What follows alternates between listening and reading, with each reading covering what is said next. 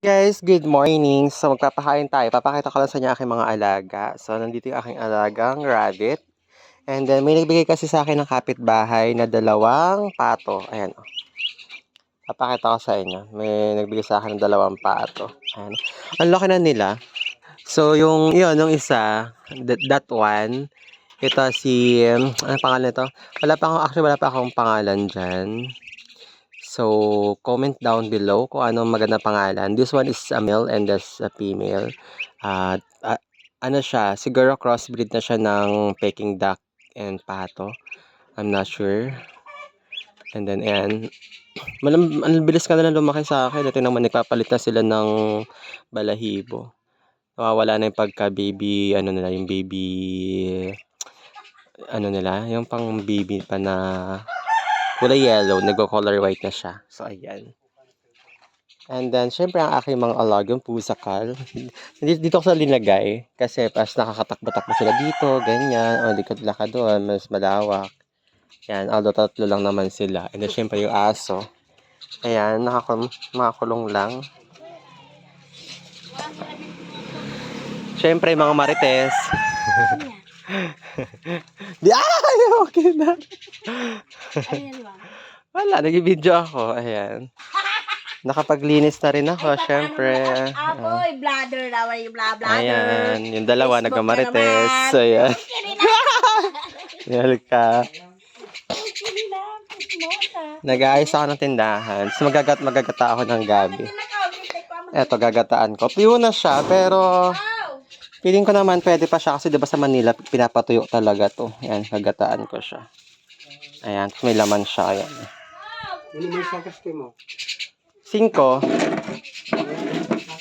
Ayan, naglilinis ako kasi may mga parating akong grocery. Kasi isang linggo rin ako tinamad. Ngayon pa lang ako Ilan? Doon, marami pa doon, no? Sa tray na pink. Para nga hindi yung mga hindi nakakaabot. Ayan.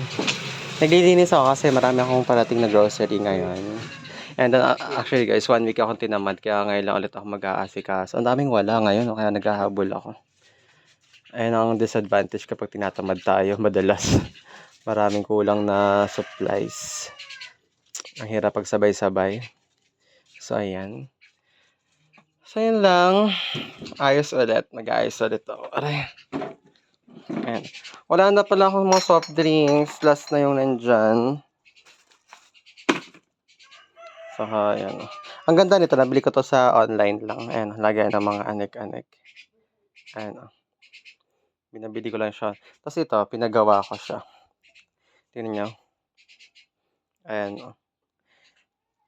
Umabot din to ng 3,500 ang pagpapagawa ko kasama yung kahoy. Mahal kasi dito tong 950 kasi yung ganito kakapal na plywood. 950 siya.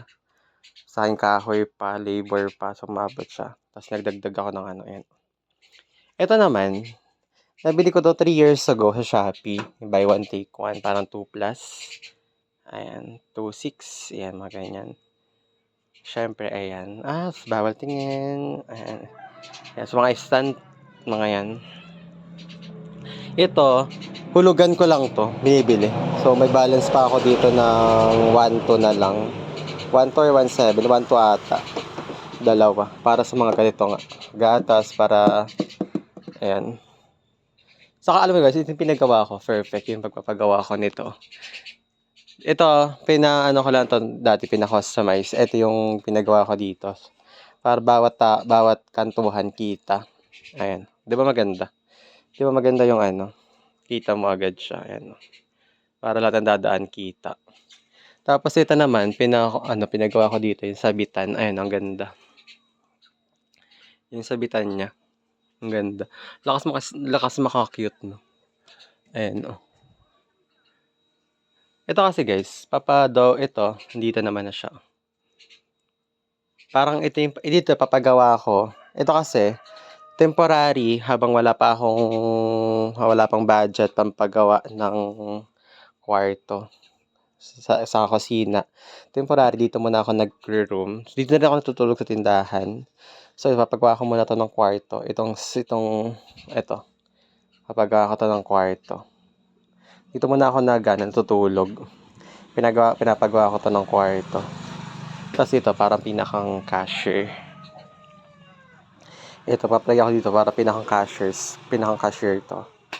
Cashier area. Tapos dito, kapalagay ako ng mga cabinet, ganon. Tapos dito papalagay yung mga anik-anik. Dito sa lahat yung iba. Dito ko lahat siya papalagay. Tapos parang, syempre, ako lang yung nakakapunta dito. So, nandito rin isang ref. Nandito yung ref. Tapos ay, ayan. Nandito yung ref. Tapos ay yung chopping board. Kasi dito sila bibili ng ano. Dito more on groceries.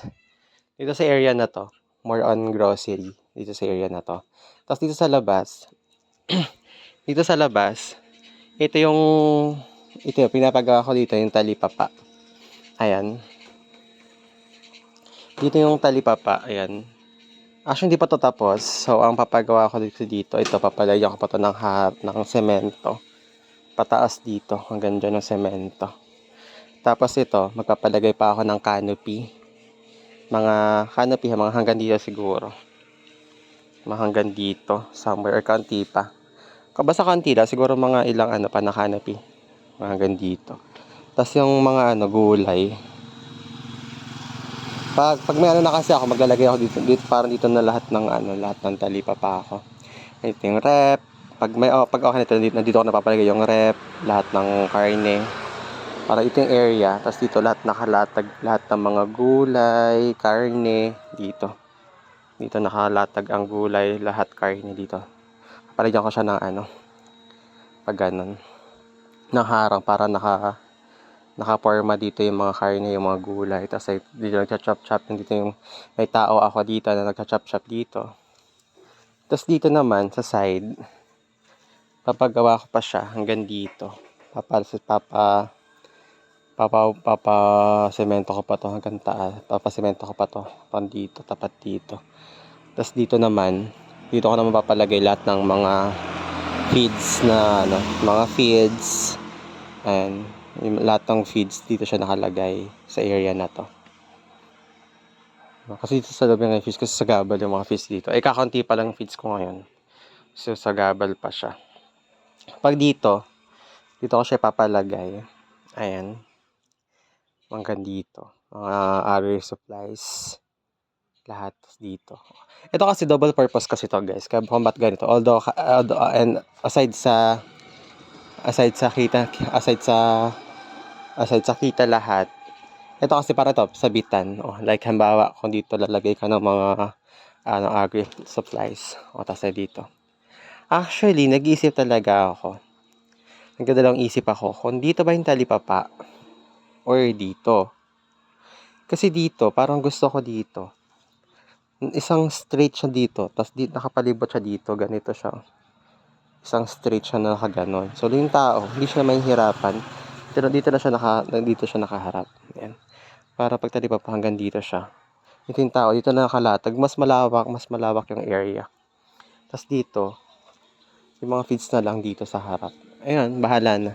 Siguro matatagalan pa naman by next year pa naman kasi wala pa naman akong budget. So, wala pa na akong budget. Pa ako. Tayo ko pa ipapagawa. Pero syempre, yan lang muna.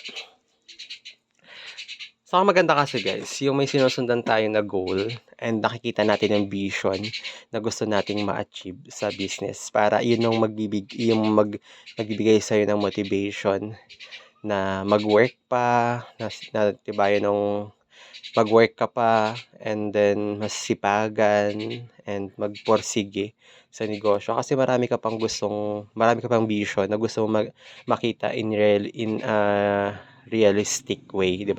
Paano man tawag doon? Yung makita mo siya, di ba? Syempre nasa vision mo lang siya. Gusto ko ganito. Tapos gusto mo makita na someday na lahat na nasa isip mo, nakikita mo na, di ba? Yun ang aking goal. Saka, ayun, sana magka-budget pa. Kasi wala pa tong marami pang kulang. Wala pa akong kusina. Wala pang kwarto talaga. Kasi gusto ko talaga to if ever in the future kapag okay na lahat. Ito lahat, tindahan na talaga to lahat. Ito, tindahan na siya lahat. Yan, paikot. Itong buong store, tindahan na siya. Wala nang kwarto, basta tindahan na siya. Kasi para mas malaki. And then kapag mas malaki na, edi move ulit natin sa likod. Ganun lang. Pag grocery na siya. Kaya sana maging grocery siya. Kailangan pa ng sipag, tiyaga, more puyat. Open pala ako ng start ng 6 a.m. Quarter to 6 open na ako. Mga 5:30 to 5:30 to 12 ng hating gabi o 12:30 ng hating gabi. Open ako ng ganyan. Hanggat may customer, bukas tayo. Char. Basta ito may mga tabing yan. May mga tabing yan ng mga tabing yan ng may mga tabing yan na kumot dyan para hindi naman masyadong kita. Pero ito yung pintuan, open lang siya. Sa bukas ng ilaw. So, pwede na bumilis. Pero naka-lock naman yan. Pero may, may butas naman doon na pwedeng ibigay yung mga order sa gabi. So, safe pa rin naman. Kahit ating gabi na. So, yun lang.